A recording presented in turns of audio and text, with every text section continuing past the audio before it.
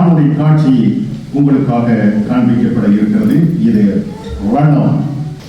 இங்கு கூடியிருக்கும் அனைவருக்கும் என்னுடைய வணக்கம். துருவேறும் கைவிலங்கு கவியுடைய கருணை மலை பொலிபனியின் வடிவம் என உதரணத்தில் நடனமிடும் உயிர் தமிழே வாழி. ஒரு இசை கலைஞனான எனக்கு இந்த இடத்தில் என்ன வேலை என்று நீங்கள் யோசிக்கலாம். காணொளி காட்சி உங்களுக்காக காண்பிக்கப்பட இருக்கிறது. இது வண்ணம். பார்ப்போம். சிறையிலே ஏற்பட்ட நெருக்கடிகள், சொல்ல முடியாத சோகங்கள், வலிகள், சிறையிலே ஏற்பட்ட கலவரத்தில் நேர்ந்த எங்களுடைய உறவுகள் கையெழுக்கப்பட்ட விதங்கள் தொடர்பாக அந்தந்த காலப்பகுதியில கட்டுரைகளாக இலங்கையில் வெளிவருகின்ற பத்திரிகைகளில் வெளிப்படுத்தியிருந்த விவேகானந்த சதீஷ் ஆகிய என்னுடைய அன்புடைய நண்பர் அவருடைய திருவூர் கைவிலங்கு என்ற இன்றைக்கு அறிமுகம் காண இருக்கிறது. வைத்தியசாலை, சிறைச்சாலை, காவல்துறை, நீதிமன்றம் போன்ற இடங்களை ஒருவன் தன் வாழ்நாளில் அணுக நேராதிருப்பதே மனிதனுக்கு சிறந்த வாழ்வாகும் என்று நம் முன்னோர்கள் அழுத்தமாக சொல்லி இருக்கிறார்கள். அந்த அளவுக்கு அவ்விடங்களில் மனிதர்கள் துன்ப துயரங்களையும் வலி வேதனைகளையும் அனுபவித்திருக்கக்கூடிய கொடுமைகளின் கூடாரமாக திகழ்வதாலாகும். இவ்வாறு இருக்கையில் இலங்கையில் மாத்திரமின்றி பூமிப்பந்தில் உலக பரப்பெங்கும் போரின் பேரில் சிறை வைக்கப்பட்டிருக்கக்கூடிய அரசியல் கைதிகள் அல்லது போர்க்கைதிகள் எவ்வாறெல்லாம் சித்திரவதைகளுக்கு உள்ளாக்கப்பட்டு கொடுமைகளை அனுபவிக்கின்றார்கள் என்பதை நாம் செவி வழியாக கேள்வியிட்டிருக்கின்றோம். இலங்கை தேசத்தை பொறுத்தவரையில் கொடூர சட்டங்களாக பார்க்கப்படுகின்ற அவசர கால சட்டம் மற்றும் பயங்கரவாத தடை சட்டம் போன்றவற்றின் கீழ் வெறுமனே சந்தேகத்தின் பேரில் வயது பால் வேறுபாடுகள் என்று நூற்றுக்கணக்கான தமிழர்கள் கைது செய்யப்பட்டு துன்புறுத்தப்பட்டு பல 10 ஆண்டுகளாக சிறை வைக்கப்படுகின்ற துயரம் இன்று வரை நிகழ்ந்து கொண்டே இருக்கின்றது. அவ்வாறானவர்கள் பலர் தமது உற்ற உறவுகளை இழந்து பிரிந்து தமது சத்தான வாழுங்காலத்தை சிறை கம்பிகளுக்கு பின்னால் துளைத்துவிட்டு இன விடுதலைக்கான தமது முழு ஆயுளையும் அடகு வைத்தவர்களாக வாழ்ந்து கொண்டிருப்பது துயரத்திலும் துயரம். அவ்வாறு சந்தர்ப்ப சூழ்நிலையின் காரணமாக சுமார் 16 ஆண்டு காலங்கள் ஒரு ஆயுள் தண்டனை விதிக்கப்பட்ட தமிழ் அரசியல் கைதியாக சிறைவாடி முன்னிருக்கக்கூடிய ஒருவரை பற்றித்தான் இந்த காணொலியில் பார்க்க போகின்றோம். சதீஷை நாங்கள் ஆதரிப்பதற்கு 2 காரணங்கள் இருக்கின்றன என்னை பொறுத்தவரையில். ஒன்று, அவர் தன்னுடைய தாய்மொழியை பழுதாக்காமல் ஊடகத்தில் இயங்குகின்ற ஒருவர். இரண்டாவது, அவருடைய பார்வை பல இடங்களில் மிகவும் சரியாக உங்களுடைய மனச்சாட்சியை வந்து தட்டி பார்க்கிறது. இந்த மனச்சாட்சிக்கு நீங்கள் மதிப்பளிப்பீர்களாக இருந்தால் சதீஷுக்கும் நீங்கள் ஆதரவு கொடுப்பீர்கள். தேசத்தின் வடக்கு மாகாணத்தில் அமைந்திருக்கக்கூடிய கிளிநொச்சி மாவட்டத்தில் விவேகானந்த நகர் என்ற அழகிய கிராமத்தை வாழ்விடமாக கொண்டவர்தான் சேலையா சதீஷ்குமார்.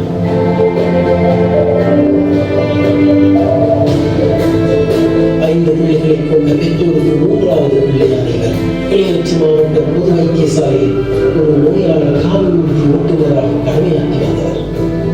கடந்த 2008ஆம் ஆண்டு கடுமையான போர் நிலவிக் கொண்டிருந்த காலப்பகுதியில் பொருளாதார தடைக்கு மேலதிகமாக தமிழர் தாயக பிரதேசத்தை அரசியலுடைய மருத்துவ தடையும் ஆட்கொண்டிருந்த சூழலில் கிளிநொச்சி பிராணியத்திற்கான அத்தியாவசிய மருந்து பொருட்களை ஏற்றி வருவதற்காக அலுவலக வாகனத்தில் சதீஷ்குமார் தென்னிலங்கையை முழுமை நோக்கி செல்லுகின்ற போது வவுனியா ஈழப்பெரியகுளம் சோதனை சாவடியில் வைத்து இவர் பயங்கரவாத தடை சட்டத்தின் கீழ் கைது செய்யப்படுகின்றார்.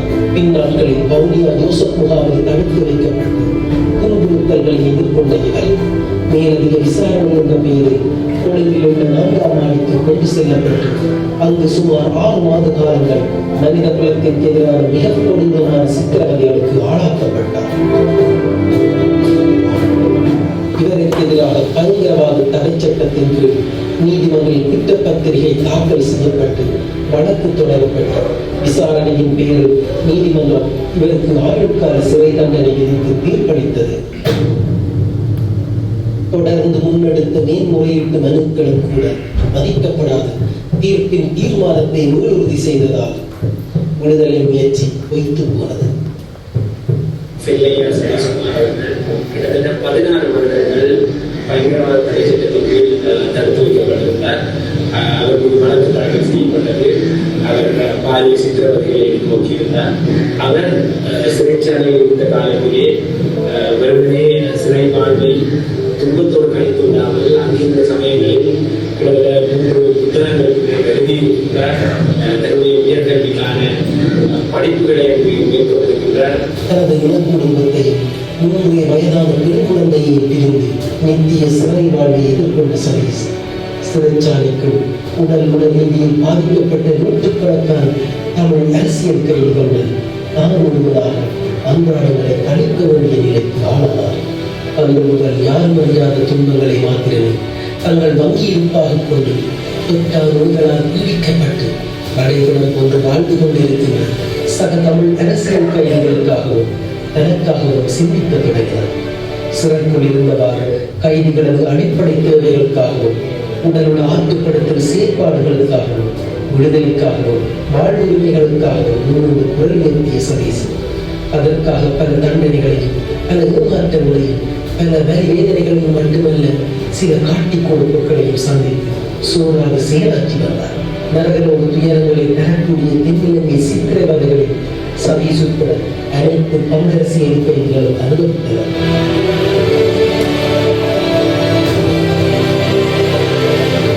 இந்த திருவருள் கைவிலங்கு என்கின்ற இந்த நூல் ஊடாக சிறைகளில் இருக்கின்ற பல அரசியல் கைதிகள் வெளிவருவதற்கு ஒரு வாய்ப்பை நாங்கள் ஏற்படுத்தி கொடுப்பதற்கு இது ஒரு நல்ல ஒரு சமயம். ஊருக்குள் இருந்து மூன்று தங்களது சொந்தங்களினது நிலை அறியாது சமூக பொருளாதார கலாச்சார பிரச்சனைகளுக்கு முகம் கொடுத்துக் கொண்டிருக்கின்ற உறவுகளின் கதி அறியாது வகை கொண்டவரோடு வாழ்கின்ற கைதிகளுக்கு சிறைக்குள் பூசாக்கான உணவும் போதுமான மருத்துவ பராமரிப்பு உறுதியை எவ்வித அடிப்படைகளும் என்ற சுற்றுலகில் சுவர் வாழ்வு இவர்களின் மன இறக்கிய உச்சத்திற்கு விட்டுச் சென்று உடல் பாதிப்புகளையும் உடல் பாதிப்புகளையும் மாத்திரமே வரலாற்றிக் கொண்டிருந்தார். இதற்குள் வாழ்ந்த சதீஷ் இன்னும் சிலரை இணைத்துக் கொண்டு அதற்கான தீர்வுகளை கூறி சக சிறைவாசிகளுடன் உறவாடி அவர்களது மனங்களை வாசிக்க வேண்டும். ஒட்டுமொத்த அரசியல் கைதிகளின் விடுதலைக்காகவும் நிம்மதியான சிறை நிமிடங்களுக்காகவும் தன்னாலான முன்முயற்சிகளையும் சிறையில் இருந்தவாறு முன்னெடுத்த தவறவில்லை. பாதிக்கப்பட்டுக் கொண்டிருக்கும் தங்களது நிலைப்பாடுகளை அரசு அதிகாரத்துடன் சிறைப்பறைகளுக்கு கொண்டு சேர்ப்பதற்கான மொழி ஒரு தடையாக இருக்கக்கூடாது என்ற உடைய சதீஷ் சிறைக்குள்ளேயே சிங்கள மொழியை கற்று பயிற்சி எழுதி அதில் தேர்ச்சியை பெற்றுக்கொண்டு பயணித்தார். அது மட்டுமன்றி தனது பொதுப்புலமை நிறுத்தியை செய்து கொள்ளும் பொழுது சிறைக்குள் இருந்தவாறு தொழிற்கல்வி மூலம் மனித உரிமை உளவியல் மற்றும் ஊடகவியல் போன்ற சான்றிதழ் கேட்டகரிகளையும் பூர்த்தி செய்திருக்கின்றார். சதீஷ் போன்றவர்களுக்கு கைவிலங்கு மாத்திரமில்லை சிறைக்குள் கண்விலங்கும் போடப்பட்டது. சமூகங்களில் வரக்கூடிய கம்பிகள் சிறைச்சாலைகளில் பல ஆக்கங்களை வெளியிட்டிருக்கிறார்கள், பல வழிகளை ஆவணப்படுத்தியிருக்கிறார்கள். அதே போன்று சதீஷ் எழுதிய அந்த மிக முக்கியமானது, அதாவது பொது நன்மை இயம்பும் புத்தகங்களையும் நாட்டு நடப்புகளை அறிந்து கொள்ளும் புதினங்களையும் சட்டத்திட்ட கோட்பாடு வீடுகளையும் வாசிப்பதற்கு அனுமதிக்கப்படவில்லை. இருந்தபோதும் கையில் கிடைத்தவற்றை கலம் பண்ணி வாசித்தறிந்து சிறை பட்டவர்களை பாடமாக்கிக் கொண்டு விவேகானந்தரும் சதீஷ் என்று எழுத்துலகில் தன்னை அடையாளப்படுத்திக் கொண்ட சதீஷ் கவிதைகள், சிறுகதைகள், விமர்சனங்கள், கட்டுரைகள் என தனது இயல்புக்கேற்ப படைப்பிலக்கிய பணிக்குள் தன்னை ஊழ்கடித்து பத்திரிகை ஊடகங்களுக்கு பாதுகாப்பான பெயரில் படைப்புகளை எழுதி பிரசுரித்து தன்னைத்தான் மாற்றுப்படுத்தியபடி சிறை நாட்கள்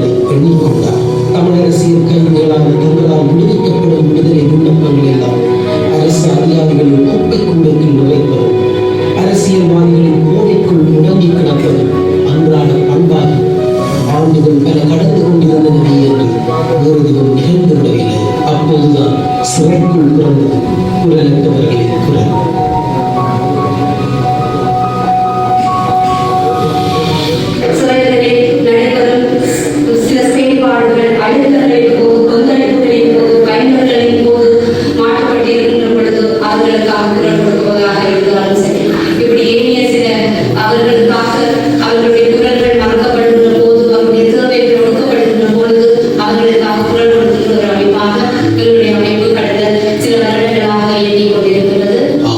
இனத்தின் பேரிலும் போரின் பேரிலும் பாதிக்கப்பட்ட பாத்திரங்களின் வலி வேதனைகள் அரசியல் முதலீடுகளுக்கும் அரசு ஆதாயங்களுக்கும் இரையாகிவிடக் கூடாது என்று சிலர் தமக்கென ஒரு அமைப்பை நிறுவி அதனூடாக தமது விடுதலை மற்றும் நலன்களை மேற்கொள்வதை தவிர வேறு வழியில்லை என்று ஏற்படுத்தப்பட்டதுதான் இந்த குரலற்றவர்களின் குரல் அமைப்பு. சிறை முன்ன தருணம் தொடங்கி தொடர்ச்சியாக தனது சகாக்களின் விடுதலை விடயத்தில் கரிசனையோடு செயற்பட்டு வந்த முன்னாள் அரசியல் கைதியான முருகையா கோமகனை குரலற்றவர்களின் குரல் அமைப்பினுடைய ஒருங்கிணைப்பாளராக நியமித்து காலத்திற்கு காலம் நடைமுறைக்கு சாத்தியமான பல்வேறு வழிகளில் ஊடக பொறுமுறைகளை கையாண்டு அரசாங்கத்திற்கும் ஏனைய தரப்புகளுக்கும் அழுத்தங்களை பிரயோகித்து தமிழ் அரசியல் கைதுகளின் எண்ணை வலியுறுத்தி வருகின்றது குரலற்றவர்களின் குரல் அமைப்பு. எவ்வாறாயினும் பல்வேறு தரப்பினரது அழுத்தங்கள் காரணமாக அரசாங்கங்களால் படிப்படியாக தமிழ் அரசியல் கைதிகள் விடுதலை செய்யப்பட்டார்கள். அந்த அடிப்படையில் 2023ஆம் ஆண்டு அரசாங்கத்தின் பொது மன்னிப்பு பொதுமுறையூடாக விடுவிக்கப்பட்ட அரசியல் கைதிகள் பட்டியலில் 3வது அணியில் 3வது நபராக விவேகானந்தரும் சதீசவர்களும் சேர்க்கப்பட்டு 16 ஆண்டுகளுக்கு பின் விடுதலையாக தனது குடும்பத்தினர் இணைந்துள்ளார். இன்னைக்கு எங்களுடைய நாட்டில் போர் நிறுத்தம் நடந்து பல ஆண்டுகள் ஆயிடுது, 15 ஆண்டுகள் ஆயிடுது. ஆனால் அந்த எங்களுடைய நாட்டு விடுதலைக்காக போராடியவர்களுடைய பலருடைய நிலைமை என்னவாகி இருக்கும் என்ற ஒரு கேள்விக்குறியில நாங்கள் இருக்கிறோம். பல பேர் நாங்கள் இந்த இடங்கள்ல அடப்பட்டு போயிருக்கணும், கைதிகளாக பிடிபட்டு போயிருக்கணும். இவர்களுக்கு முன்னமே கைதிகளாகவும் சிங்கள அரசாங்கத்தால் பிடிக்கப்பட்ட எங்களுடைய தமிழின போராளிகள் இன்றும் விடுதலையாகாமல் கிட்டத்தட்ட 30 ஆண்டுகளுக்கு மேலாக சிறை கைதிகளாக சிறையிலேயே தங்களுடைய வாழ்நாளை கழித்துக் கொண்டு வாழ்நாளை கழித்து இறந்தவர்களாகவும் இருந்து கொண்டிருந்தார். நெடில் துன்பத்தை அனுபவித்து சிறை முன்னிட்டு என்று ஒதுங்கி வாழாதிருக்காமல் விடுதலைக்காக எழுதுகின்ற தன் சிறை சகாக்களுக்காக குரலற்றவர்களின் குரல் அமைப்பின் செயற்கருமத்தில் தன்னை முற்றுமுழுதாக அர்ப்பணித்துக் கொண்டு 16 முதல் 30 ஆண்டுகளுக்கு முன்னதாக சிறையில் வாடிக்கொண்டிருக்கின்ற சக சிறைவாசிகளின் விடுதலைக்காகவும் அவர்களின் நன்மைக்காகவும் உலக பரப்பில் எங்கு சென்றாலும் செயற்படுவதை தனது முதற்கடமை என கொண்டு பயணித்துள்ளார் விவேகானந்தரும் சதீஷ். இந்த பயணப்பணிக்காக தமிழ் அரசியல் கைதிகள் தொடர்பாக தான் சிறைக்குள் இருந்து எழுதிய திருவேறும் கைவிலங்கியவன் நூலை பொதுவழியில் அறிமுகம் செய்து விழிப்புணர்வை ஏற்படுத்துவதோடு எதிர்வரும் காலங்களில் ஒரு தமிழ் அரசியல் கைதியின் குறியீடாக விவேகானந்தரும் சதீஷ் தனது சிறை வாழ்க்கையின் முழுதலாட்டை எழுதி மெய்யாவணப்படுத்துவார் என்பதை ஐயமில்லை. இந்த கட்டுரைகளை படைக்கும் பொழுது தனது நெறிமுறை ஒரு ஊடகவியலாளராக ஒரு நெறிமுறை தவறாமல் இந்த கட்டுரைகளை எழுதியிருந்தார். இந்த நூலை பற்றி ஒரு சொல்லாட்சி பகுப்பாய்வு ரெட்டோரிக் அனாலிசிஸ் என்று சொல்வார்கள். அதனை செய்கின்ற பொழுது இந்த கட்டுரைகளில் முழுமையாக இந்த நூலிலே உண்மைத்தன்மை மிகுந்து இருக்கின்றது. அதாவது இங்கு கூறப்படுகின்ற எடுத்துச் சொல்லப்படுகின்ற புள்ளி விவரங்கள், குறிப்பிட்டு சொல்லக்கூடிய விவரங்கள் எல்லாம் உண்மைத்தன்மை வாய்ந்ததாக இருக்கின்றது. மற்றும் இந்த நூல் உணர்வுகளை தூண்டுகின்றது. அதுவும் உண்மைக்கு புறம்பாக போய் உணர்வுகளை தூண்டாமல் இயல்பாக ஒரு பொது நிலையிலிருந்து உணர்வுகளை தூண்டுகின்ற தன்மையை இந்த நூலிலே காணக்கூடியதாக இருக்கின்றது. இவர் தன்னுடைய விடுதலையை மட்டும் அவாவை நிற்கவில்லை. சிறையில் இருக்கின்ற சக சிறை கைதிகளின் நிலைமைகளில் ஈடுபாடாக இருக்கின்றார், மனிதத்துவத்தில் ஈடுபாடாக இருக்கின்றார், விடுதலையை அவாவை நிற்கின்றார். இந்த நூல் அதீத சோகத்தை எழுப்புகின்றது, ஆற்றாமை ஏற்படுகின்றது, கோப உணர்வை தூண்டுகின்றது. இயலாமை வெளிப்படுகின்ற பொழுதும் நம்பிக்கையுடன் அவர் இருக்கின்றமையை இந்த கட்டுரைகள் எடுத்து எம்புகின்றன.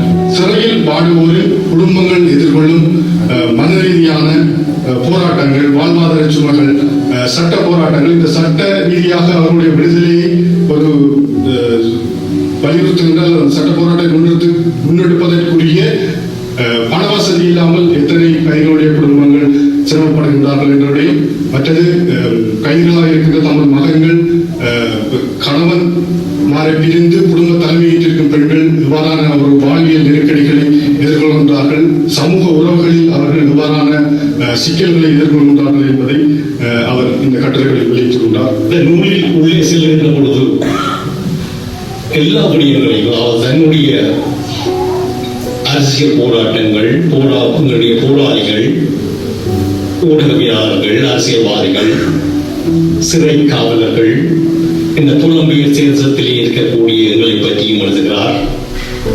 மனித உரிமை செயற்பாளர்கள் பற்றி எழுதுகிறார். ஆனால் எந்த இடத்திலும் அவர் நடுநிலைமை தவறி எழுதவில்லை என்பது நமக்கெல்லாம் பாடமாக இருக்கக்கூடியது. எந்தோன்றவர்கள் எதை எழுதினாலும் எதை சொன்னாலும் எங்களுடைய விருப்பத்தையும் அதிலே வைத்து சொல்லுகின்ற இந்த காலத்தில் ஒரு நடுநிலைமையாக நின்று இதை சொல்வது என்பது பாராட்டப்பட வேண்டியது. அரசியல் கல்வியாக இருந்து பல ஆண்டுகளை தன்னுடைய இளமை காலத்தை குறைந்து தன்னுடைய குடும்ப உறவுகளை சந்திக்காமல் வாழ்ந்து ஒரு காலகட்ட கூடிய விடுதலையான விவேகானந்தர் சதீஷ் எழுதிய குருவாரும் கைவிலங்கு என்ற அந்த நூல் இன்றைக்கு மக்கள் மத்தியிலே முன்கொண்டு வரப்படுகிறது. இப்பொழுது நூலை வெளியிடலாம் போன்று இருக்கின்றது. ஏனென்றால் அவ்வளவு விடயங்களும் சொல்லப்பட்டு விட்டன. நிறைவாக யாழ் பல்கலைக்கழகத்தில் இருந்து ரகுராம் அவர்கள் கருத்துக்களை பதிவு செய்திருக்கின்றார். நோர்வே நாட்டிற்கெல்லாம் உங்களை அழைத்து சென்றிருக்கின்றார். பிரான்ஸ் நாடு இப்பொழுது சிறை பற்றியே பேசிக் கொண்டிருக்கிறது. உங்கள் எல்லோருக்கும் செய்தி தெரியும். பிரான்ஸ் நாட்டின் குடியரசு முன்னாள் தலைவர் நிக்கோலா சார்கோசி அவர்களுக்கு 5 ஆண்டுகள் சிறை தண்டனை விதிக்கப்பட்டு விட்டது. 13ஆம் தேதி அவர் எத்தனையாம் தேதி சிறைக்கு செல்ல போகின்றார் என்பது அறிவிக்கப்படும். அவர் பாரிஸ் 14இல் சிறை வைக்கப்படுவார் என்பது வரை செய்திகள் வெளியாகிவிட்டன. ஏன் இதை ராயன் சொல்கின்றீர்கள் என்று நீங்கள் கேட்கலாம்.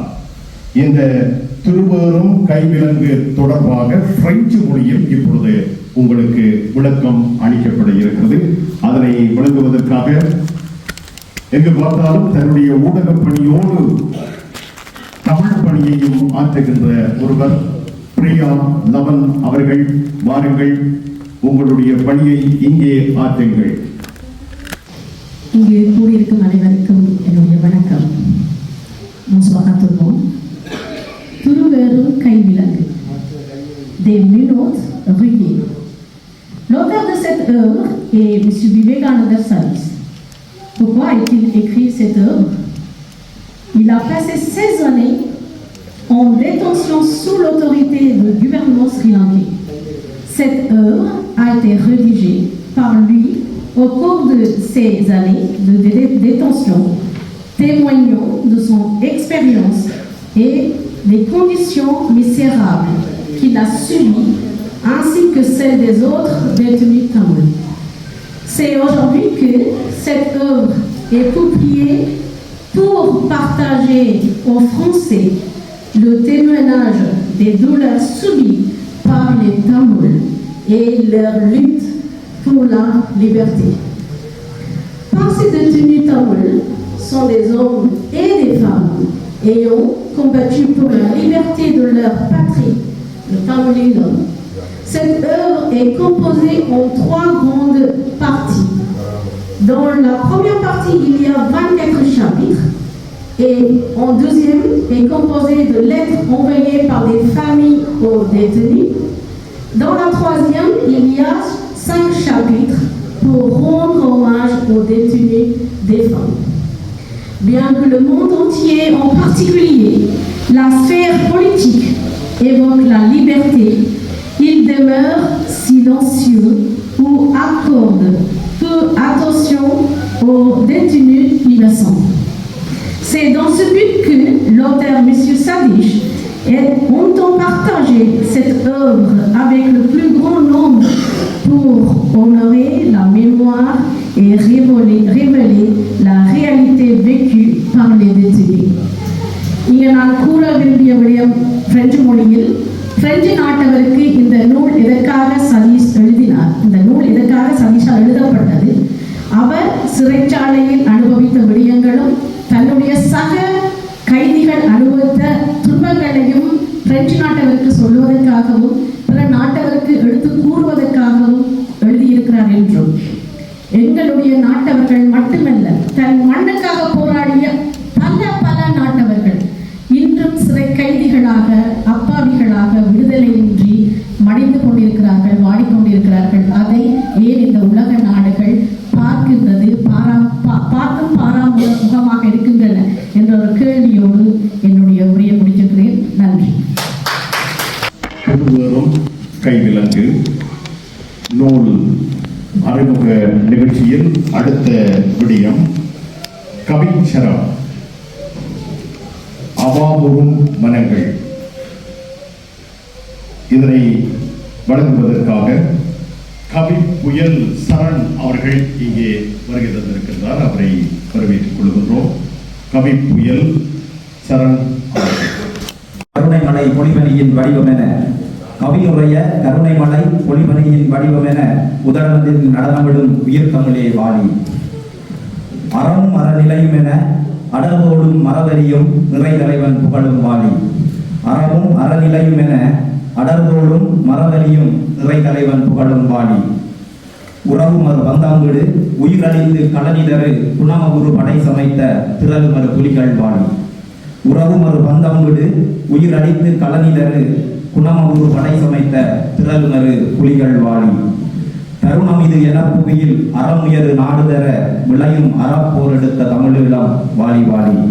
தருணம் இது என புவியில் அறமுயரு நாடு தர விளையும் அறப்போர் எடுத்த தமிழீழம் வாழி வாழி. அனைவருக்கும் வணக்கம். நீண்ட பெரும் சிறையில் ஆண்ட அரசுகளால் மாண்டு உயிர்பவர்கள் யார் அவர்கள்? நீண்ட பெரும் சிறையில் ஆண்ட அரசுகளால் மாண்டு உயிர்பவர்கள் யார் இவர்கள்? கட்டை வலியுறுத்தி காற்றை கையிருத்தி நீர்த்துவிடா புலிகளுக்கு நிழலாகின்றோர்கள்.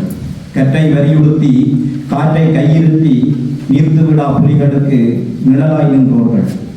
ஆளும் அரசிக்கும் அவர்தம் கூலிக்கும் அச்சம் தனை விட்டு அடிபணியாகின்றோர்கள். ஆளும் அரசிக்கும் அவர்தம் கூலிக்கும் அச்சம் தனை விட்டு அடிபணியாகின்றோர்கள். ஈனர் ஆட்சியிலே விளைந்த கோர கொலைகள் தன்னை வெளியுலகம் கொண்டு வந்தோர். ஈனர் ஆட்சியிலே விளைந்த கோர கொலைகள் தன்னை வெளியுலகம் கொண்டு வந்தோர். ஒரு சிலர் புலியும் இல்லை, பூகம்பம் கிளப்பவில்லை, ஊர்வம்பே வேண்டாம் என்று ஒதுங்கியே வாழ்ந்தவர்கள் ஆள்மாறி கைதாகி அடிமையாய் வாழ்கிறார்கள். ஒரு சிலர் புலியும் இல்லை, பூகம்பம் கிளப்பவில்லை, ஊர்வம்பே வேண்டாம் என ஒதுங்கியே வாழ்ந்தவர்கள் ஆள்மாறி கைதாகி அடிமையாய் இருக்கிறார்கள். சிறையே கொடுமைதான், அதிலும் சிங்கள சிறைகள் உங்கள் சிந்தனைக்கு எட்டாதவை. சிறையே கொடுமைதான், அதிலும் சிங்கள சிறைகள் உங்கள் சிந்தனைக்கே எட்டாதவை. அங்கே புத்தனுக்கோ அவர்தம் போதனைக்கோ இடமில்லை. அங்கே புத்தனுக்கோ அவர்தம் போதனைக்கோ இடமில்லை. பொடி மல்லியும் கழுவண்டாவும் பிசாசாய்த்தான் தெரிவார்கள். பொடி மல்லியும் கழுவண்டாவும் பிசாசாய்த்தான் தெரிவார்கள். கொல்லவே துடிப்பார்கள், கொன்றும் குவிப்பார்கள். காரணமின்றியே என் கைகள் கட்டப்படும். மானுடம் மரணித்து ஆண்டு பெற ஆயிருக்கும். காரணமின்றியே என் கைகள் கட்டப்படும். மானுடம் மரணித்து ஆண்டு பெற ஆயிருக்கும். 4 சுவர்களுக்குள் நம் எலும்பு முறைக்கப்படும். 4 சுவர்களுக்குள் நம் எலும்பு முறைக்கப்படும். தாங்குதிறன் உள்ளவரை தலைகள் பிளக்கப்படும். தாங்குதிறன் உள்ளவரை தலைகள் பிளக்கப்படும். வேண்டும் விடுதலையா கேட்டு உயிர் பறிக்கப்படும். வேண்டாம் என்றினும் வேதனையே பெரிசாகும். வேண்டும் விடுதலையா கேட்டு உயிர் பறிக்கப்படும். வேண்டாம் என்றினும் வேதனையே பரிசாகும். ஆடை கலைந்து ஆண்டுகளாயிருக்கும். மானம் கப்பலேறி மறுகரையை தொட்டித்தும். ஆடை கலைந்து ஆண்டுகளாயிருக்கும். மானம் கப்பலேறி மறுகரையை தொட்டு நிற்கும். வலிகள் நான் சுமந்தும் வார்த்தைகள் நடுக்குற்றும் வானம் பார்த்து நிற்கும் இவர் வாழ்வு காய்க்குரல் கொடுப்போம்.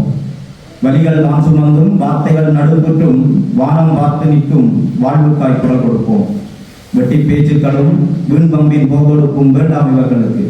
வெட்டி பேச்சுக்களும் வீண்பம்பின் போகொடுப்பும் வேண்டாம் இவர்களுக்கு. விடுதலை காய்க்கரம் கொடுப்போம். இவருக்கு தேவை யாதெனில் நிலம் பொங்கி எழும் வரிகள், நெஞ்சம் குமுறி எழும் குரல்கள். இவருக்கு தேவை யாதெனில் நிலம் பொங்கி எழும் வரிகள், நெஞ்சம் குமுறி எழும் குரல்கள். வீரம் திமிறி எழும் கரங்கள். இவை போதும், இவைகள் தான், இவை போதும். விடாது கை கொடுப்போம் வாருங்கள். கண்ணீர் தனை துடைத்து வாழ்வழிக்க வாருங்கள். வாழ்நிலம் வாழ்வதே நம் முதல் தேவை, வாருங்கள் வடம் பிடிப்போம். வாழ்நிலம் வாழ்வதே நம் முதல் தேவை, வாருங்கள் வடம் பிடிப்போம். வல்லமை தேரை தமிழ் ஈழ நிலம் வரை வாஞ்சையோடு அனுப்பி வைப்போம். வல்லமை தேரை தமிழ் ஈழ நிலம் வரை வாஞ்சையோடு அனுப்பி வைப்போம். நன்றி என்று நான் உச்சரித்ததன் பின்னர் வரப்போகின்றவர் யார் என்று யோசித்தேன். ஏனென்றால் இதற்கு முன்னர் சரண் அவர்களை நான் பார்த்ததில்லை, அவர் கவிதைகளை கேட்டதும் இல்லை. அவர் உண்மையில் கவி புயல். அடுத்ததாக அரங்கங்களிலே அவருடைய இசை மீட்டதால் மயங்கி இருக்கிறேன். தாயக மண்ணிலே அவர் வாழ்ந்த காலத்தில் அவர் மூலமாக பல நூற்றுக்கணக்கான இசைக்கலைஞர்கள் வளர்ந்திருக்கின்றார்கள். அவர்கள் இன்றும் அவர் பெயரை நிலைநாட்டிக் கொண்டிருக்கின்றார்கள். இப்பொழுது பிரான்ஸ் நாட்டிலே பாரிஸ் மாநகரத்திலே அவர் வாழ்ந்து கொண்டிருக்கின்ற இந்த வேளையிலும் இங்கும் அவர் தன்னுடைய இசைப்பணியை ஆற்றி வருகின்றார். இங்கும் மாணாக்கர்களை அவர் உருவாக்கி வருகின்றார். தன்னுமை வாத்தியம் என்பது எவ்வளவு காத்திரமானது என்பதை நீங்களும் அறிவீர்கள். அவருடைய பேச்சும் அவ்வளவு காத்திரமானது. ஏனென்றால் அவர் போருக்குள் இருந்து வந்திருப்பவர். தாயக மண்ணில் இருந்து புலம்பெயர்ந்ததன் பின்னரும் கூட அந்த போர் சூழலை பற்றி ஆங்காங்கே அவர் பல்வேறு விடயங்களை ஆற்றி வருகின்றார். குறிப்பாக இசை மூலமாக என்னென்ன விடயங்களை செய்ய முடியுமோ அதனை அவருடைய அன்பு சகோதரரோடு இணைந்து ஆற்றி வருகின்றார். இப்பொழுது கண்ணதாசன் அவர்களை வருகை தருமாறு மிக அன்போடு அழைக்கின்றோம். வாருங்கள். இந்த நிகழ்வை மிக சிறப்பாக நடத்தி கொண்டிருக்கும் ஒழுங்கமைத்துக் கொண்டிருக்கும் ராஜன் அவர்களுக்கும், இந்த நூலின் ஆசிரியர் சதீஷ் அவர்களுக்கும் மற்றும் இன்னொருக்கும் எனது வணக்கத்தை தெரிவித்துக் கொண்டது. ஒரு இசை கலைஞர் ஆன எனக்கு இந்த இடத்தில் என்ன வேலை என்று நீங்கள் யோசிக்கலாம். உண்மையிலேயே ஒரு பற்றிய சில முன் செய்தியை சொல்லிவிட்டு நான் சதீஷுக்கு எனக்கு உறவை நான் சொல்ல வேண்டும். என்னவென்றால் ஒரு கலைஞராக, ஒரு போராளியில் மாவீரரின் சகோதராக, ஒரு காலை கொடுத்த ஒரு இழந்த ஒரு போராளியின் சகோதரனாக 13 வருட காலம் இந்த போராளியாக இருந்து மே 29ஆம் தேதி இந்த யுத்தம் முடியும் வரை இருந்து வெளியேறிய போராளியாக இருக்கும் நான் 2 வருட புனர்வாழ்வின் பின்பு கல்லகல விடுமுறையாளராக எனது பணியை செய்து கொண்டிருக்கும் பொழுது பயங்கரவாத சட்டத்தால் கைது செய்யப்பட்டு பின்பு ஆயுள் தண்டனை கைதியாக வாழ்ந்தவர் சதீஷுடன் 3 வருட காலம் நான் ஆயுள் தண்டனை கைதியாக அவருடன் வாழ்ந்ததால் அந்த நினைவுகளை அவரது இவ்வாறு இருந்தார், இவ்வாறு அந்த காரணத்தில் அவர் தனது அந்த எழுத்து பணியை செய்தார் என்பதை சொல்லும் மிகுந்த ஒரு உரிமையும் கடப்பாடு எனக்கு இருக்குது என்பதால் நான் இங்கு வந்திருக்கிறேன். உண்மையிலேயே எனக்கு ஆயுள் தண்டனை விதிக்கப்பட்ட பொழுது ஒரு கலைஞராக மிக நெருக்கமான வாழ்வை வாழ்ந்து வந்த எனக்கு பயங்கரவாத சட்டத்தால் எந்த எனக்கான சாட்சியங்கள் எதுவுமே மறக்கப்பட்டு ஆயுள் தண்டனை வழங்கப்பட்ட பொழுது நான் வெறிக்கடை சிறையில் அடைக்கப்பட்டு அனுராபுர சிறையில் என்று மிகவும் துன்பங்களை அனுபவித்து நான் அரசியல் நமது விடுதலை போராட்டம் சார்ந்த கைதிகளை அடைத்து வைத்திருக்கும் மேசிலை சாலைகளை அழைத்து சென்ற பொழுது மிக மனமுடைந்து நான் போயிருந்து எனது தலையை சுவரில் அடித்து நான் தற்கொலை செய்யலாம் கூட நான் யோசித்தேன். அந்த அளவுக்கு மிக துன்பங்கள். ஒவ்வொரு சிறைக்கூடத்தில் இந்த சிறைக்கூடத்துக்கு மாற்றும் பொழுது நமது உடைகளை கலைந்து நம்மை அவமானப்படுத்தி நம்மை வார்த்தைகளால் உண்மை விடுதலை போராட்டம் சார்ந்த மிக தூரமான வார்த்தைகளை கதைப்பது, உண்மை உடல் ரீதியாக துன்புறுத்துவது, அவ்வாறு மிக துன்பத்தின் மத்தியில் நான் போன பொழுது ஒரு மூலையில் ஒருவர் எழுதி கொண்டிருந்தார். அண்ணன் வாங்குவோன்றார். எனக்கு நான் மனமுடைந்து மிக கவலையுடன் போன எனக்கு அண்ணன் வாங்கோ இந்த ஒரு கோப்பி ஒரு பேழை என்றார். சதீஷ் அங்கே என்னை சந்தித்தார். உண்மையிலேயே அந்த கணங்களை கதைப்பதென்றால் நான் அழுது விடுவேன். அன்றிலிருந்து 3 வருடங்கள் மிக துன்பமான அந்த வாழ்க்கை. மிக துன்பமான பாலாளோட கைகளை கூட குழந்து பக்கத்தில் இருத்துவார்கள். மிக மோசமான போதை வசு கடத்தல்காரர்கள் வந்து இருத்துவார்கள். அடிக்கடி சண்டை நடக்கும், ரத்தம் சிதறும், கத்தி கேட்கும். சிறைக்கூடத்துக்கு அப்பால் இருந்து கத்தி கேட்கும், போராளிகள் அடிப்பார்கள், கைதிகளை அடிப்பார்கள், வேறு கைதிகளை அடிப்பார்கள், 9 கைதிகளுக்கும் அடிபடும். அந்த சத்தத்துக்கு கூட அந்த அந்த அந்த சூழலில் மனம் உடைந்து போயிருக்கும் பொழுது அவர் அண்ணன் நாங்கள் இதிலிருந்து நாங்கள் வாழ வேண்டும் என்றால் நாங்கள் ஏதாவது செய்து கொடுக்க வேண்டும் என்று அவரது சௌரத்துவமான அந்த இதில் நான் 22 சிறுகதை எழுதினேன். 2 சிறுகதைகள் தேசிய இறுதியில் 1ஆம் இடம் பெற்றன. நாங்கள் சாப்பாடு கொண்டு வரும் அந்த ஒட்டைகளை அதில் கதைகளை எழுதி திரும்பி போகும்பொழுது மனைவியிடம் மற்றும் உறவினர் வரும்போது கனவாக கொடுத்து விடுவோம். பத்திரிகைகளுக்கு அவ்வாறு தான் நான் சதீசின் வழியில் அனுப்புவோம். அவர் எழுதிக்கொண்டே இருப்பார். மிக நேர்மையான ஒரு உண்மையான ஒரு மனிதனாக நான் கண்டேன். அந்த நேர்மை அவருக்கு அங்கும் சில முரண்பாடுகள் உருவாக்கி தந்தது. உண்மையை முகத்துக்கு நேரே கதைப்பார். அவர் எழுத்துக்களும் அந்த உண்மை இருக்கிறது. அந்த அவரது செயற்பாடு, அவர் அந்த சக கைதிகளையும் எவ்வாறு அரவணைத்துக் கொண்டு போன, சக கைதிகளின் வாழ்வாதாரங்களை எவ்வாறு வழிநடத்தினார், தனது எழுத்தின் மூலம் எல்லோருக்கும் ஒரு ஒரு மன ஒரு ஊக்கத்தை அவர் செய்தார். அதில் நான் ஒருவன் 3.5 வருடங்களின் பின்பு மேல்முறையிடும் போது எனக்கு தரப்பட்ட தண்டனை கொலை என்று நான் விடுதலையாகி வழியில் வந்த பொழுது மேலே பிரார்த்தித்தேன். நான் 3.5 வருடங்கள் அனுபவிப்பு 16 வருடங்கள் அந்த சதீஷ் அனுபவிக்கிறேன். அதை விடுதலையாக வேண்டும் என்று நான் இங்கே பிரான் சொன்ன பொழுது வந்த பிறகு கல்விவிட்டேன். சதீஷ் விடுதலை ஆகிட்டார் என்று உண்மையிலேயே மிகுந்த மகிழ்ச்சி. ஆனால் இன்னும் அங்கு நான் பார்த்த பொழுது, நான் போன பொழுது, அந்த 3 வருடங்களின் போது கூட சகாதவன் என்ற ஐயா, தாயகன் என்ற ஐயா மற்றும் மகேந்திரன் என்ற 27 வருடங்கள் சிறையில் இருந்த ஒரு சக கைதி இறந்து போனார்கள். உண்மையிலே அது சிறை படுகொலைதான். அவர்களுக்கு உரிய மருத்துவம் மறக்கப்பட்டு, உரிய உணவு முறை மறக்கப்பட்டு, மன உளைச்சலாக அவர்கள் இறந்து போனார்கள். உண்மையிலே இன்னும் இருக்கும் குட்டி என்ற ஒரு சகோதரன் இருக்கிறார், ஆனந்த சுவாரம் இருக்கிறார், மற்ற கபோனியம் இருக்கிறார். எல்லோரும் விடுதலையாக வேண்டும் என்று நாங்கள் எல்லோரும் பிரார்த்திப்போம். உண்மையில் எமது சிந்தனை, எமது விருப்பம் சரியாக இருந்தால் அந்த சிந்தனை விருப்பங்கள் நிறைவேறும் என்று சொல்வார்கள். எல்லோரும் பிரார்த்திப்போம். அவர்கள் எல்லோரும் வெளியில் வந்து கிட்டத்தட்ட 30 வருடங்களுக்கு மேலாக சிறையில் இருக்கிறார்கள். விடுதலை போராட்டம் 30 வருடங்கள் மேலாக என்றும் அதற்கு மேலாகவும் அவர்கள் வாழ்ந்து கொண்டிருக்கிறார்கள் சிறையில். அவர்கள் வெளியில் வர வேண்டும். மற்றும் இந்த முயற்சி, இந்த புத்தகங்கள் உங்களுக்கு புதுசாக இருக்கலாம். ஒவ்வொரு பிரதியும் அவர் எழுதும் பொழுது நான் பக்கத்தில் இருந்தோம். ஒவ்வொரு பிரதியை எழுதும் பொழுது அவர் அதை வழியை கொடுத்து தன்னை மனை மூலமோ தாய் மூலமோ அதை வழியை அனுப்பி அவர் பாதுகாக்கும் பொழுது நான் அதை கண்டிருக்கிறேன். அந்த உணர்வுடன் இந்த வெளியீடும் சிறப்பாக அமைய வேண்டும், இந்த சிந்தனையும் சிறப்பாக வெற்றிகரமாக அமைய வேண்டும், அனைத்து கைதிகளும் விடுதலையாக வேண்டும். சதீஷ்க்கு நான் வாழ்த்துக்களை கூறி இந்த சந்தர்ப்பத்திற்கு நன்றி கூறிவிடுவார்கள். நன்றி. சதீஷ் அவர்கள் இன்று இந்த நூலை இங்கே அறிமுகம் செய்து எங்களுடைய கரங்களில் வழங்குகிறார். அவர் இந்த நூல் மூலமாக கிடைக்கின்ற நிதியை